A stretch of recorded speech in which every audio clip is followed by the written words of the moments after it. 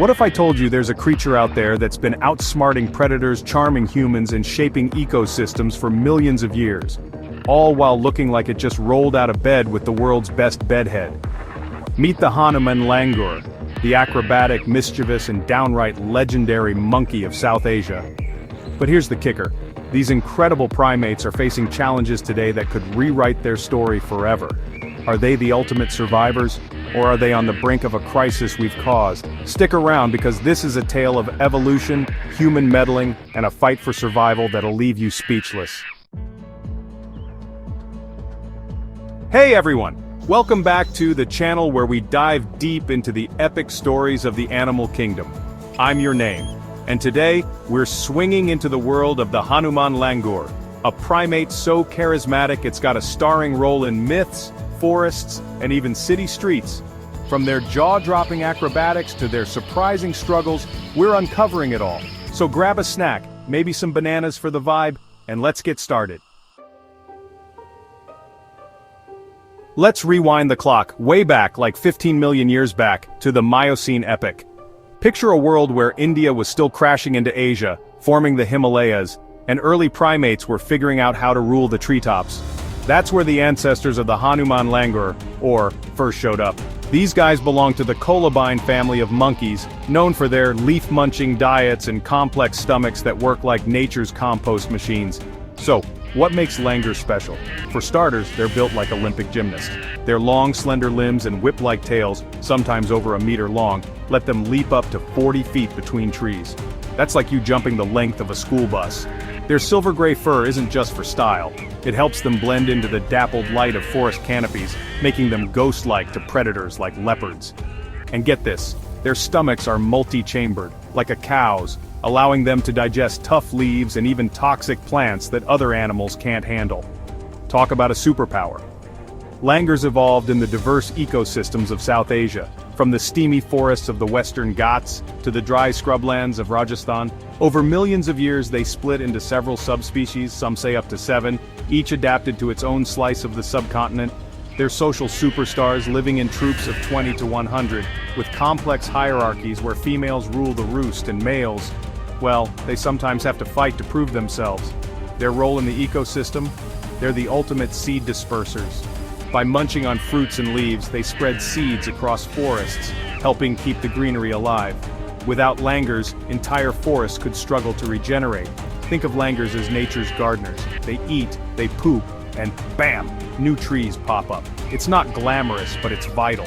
And their loud guttural whoop calls? Those aren't just for show. They're like a neighborhood watch system, warning everyone from deer to other monkeys about predators. But here's where the story gets juicy. Humans entered the scene, and things got... Fast forward to a few thousand years ago. Humans in South Asia didn't just notice langurs, they them. The Hanuman Langur is named after Hanuman, the monkey god from the epic. This guy was a symbol of strength, loyalty, and devotion, and langurs were seen as his living embodiment. Temples were built with langur carvings, and these monkeys were often protected, fed, and even worshipped. Imagine being a monkey with divine status. Pretty sweet gig, right? But here's the twist. This sacred bond didn't mean langurs were domesticated like dogs or cows. Nope, they stayed wild, but humans shaped their lives in big ways. Unlike domesticated animals, langurs weren't bred for specific traits, but their proximity to human settlements led to some serious evolutionary nudging. As humans built villages, towns, and cities, langurs adapted to urban life. They became species, meaning they lived alongside us, snacking on our crops, raiding our trash, and even chilling on our rooftops. This wasn't domestication in the classic sense, no selective breeding here, but it was a kind of. Humans tolerated langurs because of their sacred status, and langurs learned to exploit our generosity. Some troops even started relying on human handouts, like temple offerings or leftover picnics. Ever try keeping a monkey from stealing your lunch? Good luck. But this cozy relationship had a dark side. As human populations exploded, so did our impact on langur habitats. Forests were cleared for agriculture, roads, and cities, pushing langurs into closer contact with us. And that's where the trouble really started. Here's where the story takes a gut-punch turn. Today, Hanuman Langurs are facing challenges that threaten their survival, and, spoiler alert, Humans are the main culprits. Let's break it down with some hard-hitting facts. First up, habitat loss. Since the 20th century, India has lost over 40% of its forest cover due to deforestation, agriculture, and urban sprawl. Langurs, who rely on trees for food, shelter, and safety, are getting squeezed into smaller and smaller patches of forest. In some areas, like Rajasthan, troops are forced into urban slums or farmlands, where they clash with humans over food. A 2019 study estimated that over 50% of langur populations in India now live in human-modified environments. That's a massive shift for a species that evolved to swing through forests, not dodge traffic. Then there's human-wildlife conflict. Langurs raiding crops or rummaging through trash aren't exactly winning popularity contests with farmers or city dwellers. In some areas, they're seen as pests, leading to retaliation. In 2021, reports from northern India documented cases of langurs being poisoned or chased out of villages. And here's a heartbreaking stat: a 2020 survey by the Wildlife Institute of India found that human langur conflicts have risen by 30% in the last decade. But it's not just about losing their homes or dodging angry farmers. Langurs are also facing health challenges. Urban langurs often eat processed foods from garbage dumps. Think chips, bread, even plastic. This junk food diet is causing obesity, dental issues, and even reproductive problems. A 2022 study in Delhi found that urban langurs have higher stress hormone levels than their forest-dwelling cousins, likely due to constant human interaction and poor nutrition. And don't get me started on pollution. Air and water quality in cities is wreaking havoc on their immune systems. And here's the scariest part. Some langur populations are so fragmented they're on the brink of functional extinction. Take Delacour's langur, a close cousin of the Hanuman Langur, found in Vietnam. With fewer than 200 left, their populations are so small they may not be able to recover.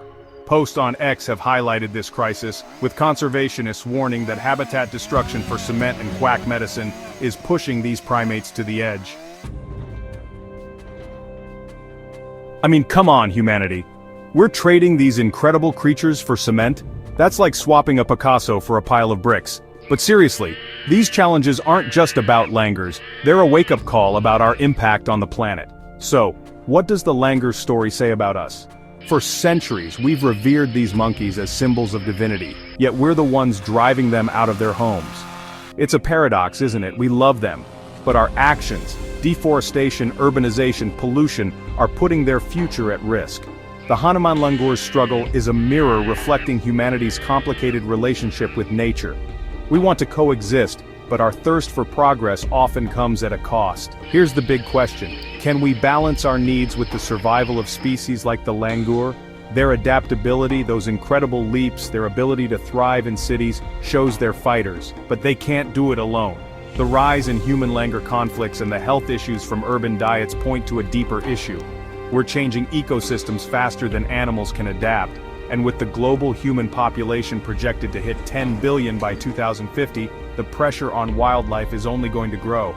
Langurs also remind us of the power of cultural evolution. Their sacred status has protected them in some ways, but it's not enough anymore. We need to rethink how we coexist, not just with langurs, but with all wildlife. Conservation efforts like those in India's Sanjay Gandhi National Park show it's possible. There, community programs educate people about living alongside langurs, reducing conflicts and protecting habitats, but it's a drop in the bucket compared to the scale of the problem. The truth is, the langur's fate is tied to ours. If we keep destroying their forests, we're not just losing a species, we're losing the ecosystems that support us. Clean air, water, food security, it all starts with healthy forests, and langurs are a key part of that puzzle. So, what's it gonna be, humanity? Are we going to keep writing this tragedy, or can we change the ending? Alright folks, here's where you come in. The Hanuman Langur story isn't over yet, and we can help shape its next chapter. First, educate yourself. Learn about local conservation efforts in places like India, where groups like the Wildlife Trust of India are working to protect langur habitats. Second, support sustainable practices. Choose products that don't contribute to deforestation, like sustainably sourced paper or palm oil. And if you're feeling extra inspired, donate to organizations fighting for primate conservation or volunteer for local wildlife projects. Most importantly, spread the word. Share this video with your friends, family, or that one cousin who's always posting about animals on social media. Let's get people talking about langurs and the bigger picture of wildlife conservation. And hey, while you're at it, hit that like button, smash that subscribe button, and ring the bell so you don't miss our next wild adventure. Your support keeps this channel swinging. One last thing before we go. What's one action you'll take to help protect wildlife like the Hanuman Langur? Maybe it's cutting down on single-use plastics or supporting a conservation group. Drop your thoughts in the comment box below. I'm reading every single one and I can't wait to hear your ideas. Thanks for joining me on this wild ride. Until next time, keep exploring, keep caring, and let's make the world a better place for all creatures, big, small, and super acrobatic. See you soon.